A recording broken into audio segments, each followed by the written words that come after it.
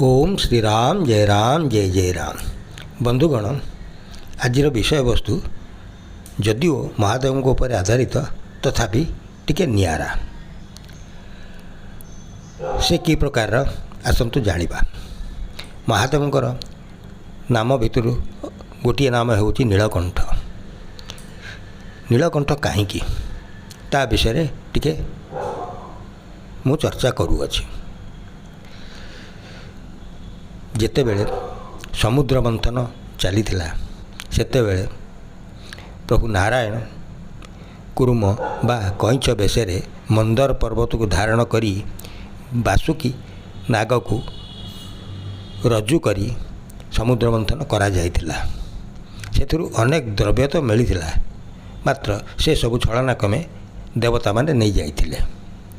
शेषे बासुकी एते कष्ट पाइथिला, एते तार देह गरम हो जाइथिला, जा फल ता मुखरु हलाहल विष बाहरी आसतिला।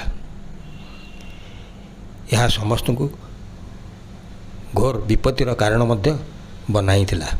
कारण से विष एते भयावह थिला जे निमिषक मध्य ब्रह्मांडर सबु जीव जगत प्राणी जगत को ध्वंस करिवार शक्ति मध्य सेथिरे थिला।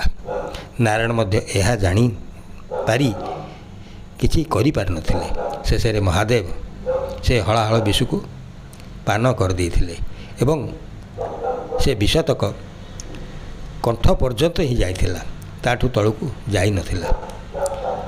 से विषर प्रभाव रे प्रभुंकर कंठ नील पड़ जाइथिला एवं तांकु नीलकंठ नाम मध्य सेबेठारु जना जाउथिला जाए। यह बासुकी मध्य देखी आश्चर्यचकित होइथिला जे महादेव मोर हलाहल विषु को कंठस्थ करी कंठ पर्यंत रखिपारे से केते महान होई नथिबे।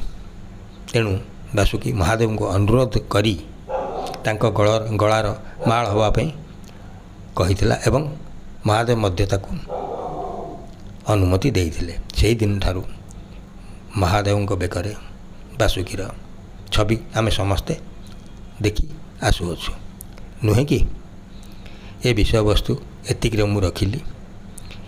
यह मध्य आपण मानकु निश्चित भाव जना थिबो, तथापि मु आपण मानक उद्देश्य रखुअछि। यहाकु सुनी लाइक टे करिवे, सब्सक्राइब मध्य करिवे। जदि किछि थाए कमेंट द्वारा जणाइबे। मोर यूट्यूब चैनल चिंता चेतना और सुविचार को निश्चित भाव में फॉलो करेंगे। से लाइक शेयर और कमेंट करने को केवे भूलिबे नहीं। सब्सक्राइब मध्य मु आपण पाखु आशा करूँगी। रहिली बंधु, राति समस्त शुभमय मंगलमय हो। महादेव अपार कृपा समस्त को प्राप्त हो। नमस्कार।